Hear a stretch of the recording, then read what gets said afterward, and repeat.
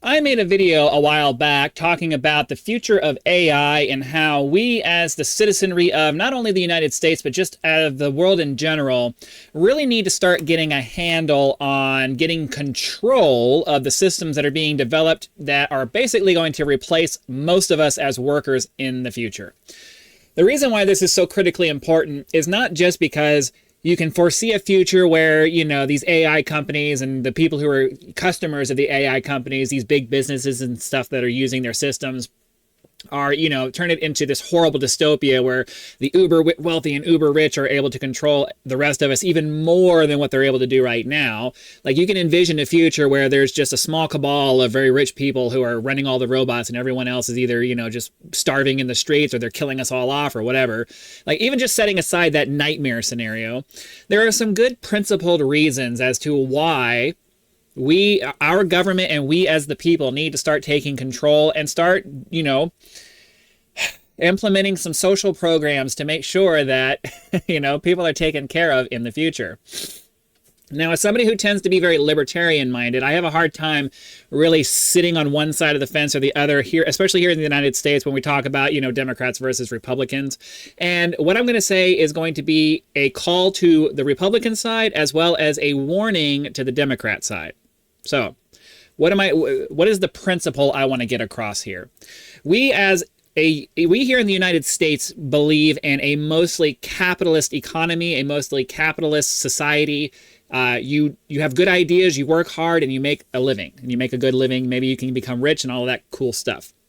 But we also believe in social safety nets because we understand that sometimes people just get really unlucky and we don't want people to just starve because they weren't able to figure things out. We want to make sure that people at least have a chance to recover, to make it into the future, have another chance at things, that kind of stuff. We have compassion.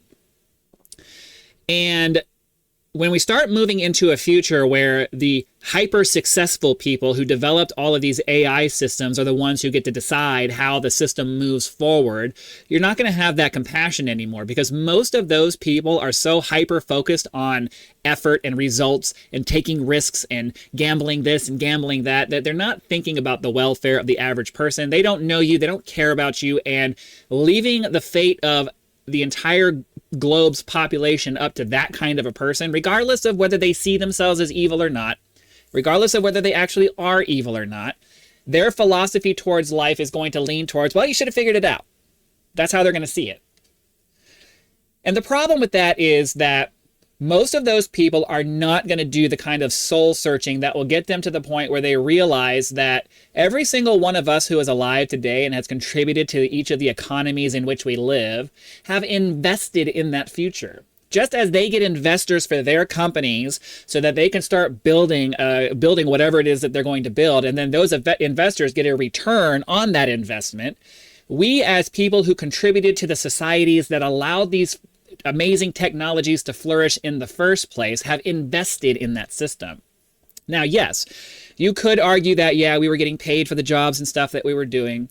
And that's a fair argument, but it leaves out a critical part of the equation in that we participate in these systems with the expectation that it's going to lead us to a future that is prosperous for us. It isn't just that I give you hours in exchange for food and shelter. That's not what we're trying to get to here. And that's not the expectation that we've had, especially for the last 100 years. The expectation is I work for you. You provide me with a wage, and the experience that I'm gaining and this interaction and relationship that we have as employer and employee is going to lead me to either new opportunities with you or a better opportunity with another company or something like that where I'm constantly improving and getting better and getting more and more out of my life because what I'm doing is leading me down a path that increases my value as an employee and thus allows me to make more money and be more prosperous into the future.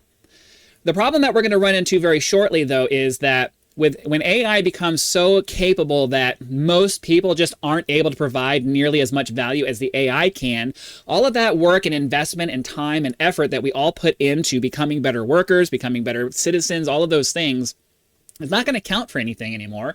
And the investment just completely gets wiped away. Now, the problem that I'm going to have with that is that the rich people, the people who are in charge of things, the people who are okay taking all of these crazy risks and gambles and stuff like that, well, going to be like, well, sometimes your investment just doesn't pay off and too bad, so sad for you. That's a really heartless and terrible way to go forward, especially when people's lives are going to be at stake. And the analogy that I use is, if you ever watched a show called The Expanse, it's a futuristic sci-fi show about what the solar system could look like in the next, 200-300 years. The universal basic support system on Earth during that time period is the absolute, the nicest version of the dystopian future that we could see for the future, where everybody has just enough to live, but there are no opportunities. There's no ability to do anything that you want to do. You wait decades to get access to opportunities that allow you to move up the ladder. And everyone else is just living in abject poverty because there's just not, you're given just enough so that you don't die, and that's it. And I'm sorry, that's just not an existence that any human being is ever going to be okay with. We as especially here in the United States, have invested so much in infrastructure, in technology development, in labor, and participation in things that have slowly moved our technology and society and the ability of our country to move forward into developing these things. That is a long-term societal investment that millions upon millions of people participated in. They may not have understood at the time that they were investing in something that was going to make the future better like this, but they knew they were investing in the country as a whole and trying to make our society and civilization better and better so that we can exist and prosper long into the future. And to allow a small group of people to come in and just decide that, hey, we've developed this thing, and now that we have it, we don't have to give you anything. Too bad, so sad for you. I'm sorry, that's just not a way to go. That's not a fair system. That is an exploitative system, and we just really need to not go that way. So if you are on the conservative side of the fence, I'm going to start with you guys first. This is what I want you to consider before you start getting into the whole capitalism only mindset. You are absolutely correct when you say that people should have to earn their keep. In the system that we've lived in for the past, 200 years,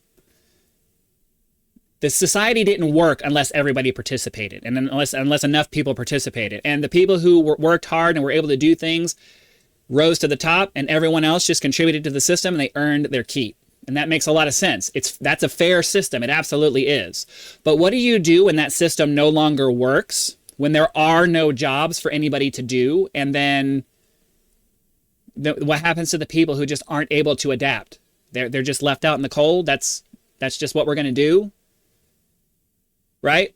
When people start throwing around the idea of a universal basic income, most conservatives are going to look at that and go, ugh. They're not going to work and they're just going to get free money? In traditional capitalistic terms, I would absolutely say, no, that's not reasonable. No, we're not going to do that. But you have to have a little bit of a paradigm shift here. Okay? The paradigm is going to change. It is going to be so that millions of people potentially are just not going to be able to work because there will be no jobs for them to do.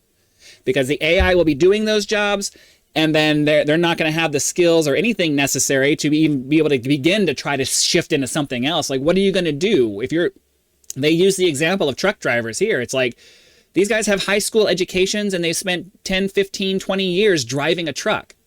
You expect them to shift from that into something highly technical? That's just not going to happen. It's just not going to happen. What are you going to get them to do?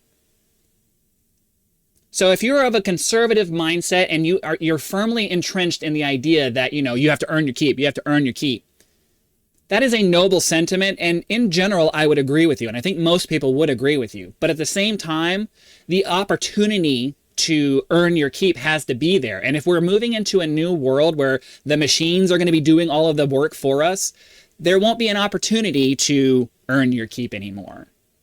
And what do you do with the people who aren't able to contribute anymore? They participated up to this point just as much as everyone else did, and they just get left out in the cold because of a moral thing that we have in our head that tells us, no, they got to work for their stuff. I invite you to think about that. For those of you who are on the Democratic or socialist or liberal or whatever side of the spectrum, I invite you to be very careful about how hard you push the system.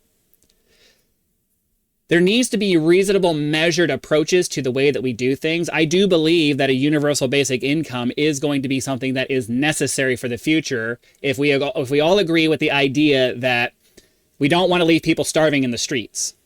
But at the same time, there are too many people who believe that, we need to hurry up and get to utopia right now.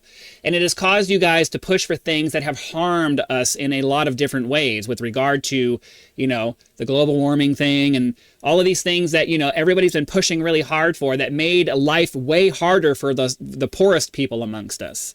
I mean, I live in California and fuel prices here have always been out of control. It's very hard to do anything here because driving anywhere is just hyper expensive. And if you're wealthy, you can afford it. But if you're poor, you're very careful about what you do with your car. So I agree with your side of the argument in that we need to start getting control of these companies and start taxing the crap out of them and start setting things up so that we can provide the people who are just unable to work with a reasonable lifestyle. But keep in mind, if you push too hard, there will be pushback. And you need to be very careful and strategic in how you push forward with this kind of thing. I'm calling on both sides to just stop and have a paradigm shift right now. Conservatives, you guys have to back off from the traditional sentiment that you have of work hard, get a living, blah blah blah blah blah. That may not work in the future anymore. Technology may make that an archaic thought process. And you have to be ready for that. But for the liberals, make sure that when you go for these new things that are intended to address that you're not alienating people by being jerks about it. There are ways to implement all of these things so that everybody in the system can find an equilibrium and be happy. And I think that the only way that we're going to get to a place where everybody can have meaningful, fulfilling lives is if we come up with a system that allows people to live lives in the way that they want to, not extravagantly, but the way that they want to. If we can figure out how to do that, then I think we have a bright future ahead of us. But it's a massive problem to solve, and I don't know that we're mature enough as a species to be able to do it, because there's just so many people who are so entrenched in their own viewpoints that they refuse to see anything other than the way that they think the world should be. And that's what causes conflict. And that's what causes us to be unable to rise to the challenges of things that we have today because nobody wants to hear anything other than their own viewpoint. My suggestion is let's compromise a little bit. So thanks for watching. Hit that like button, subscribe to help us reach our first 1,000 subscribers, and I'll see you for the next one.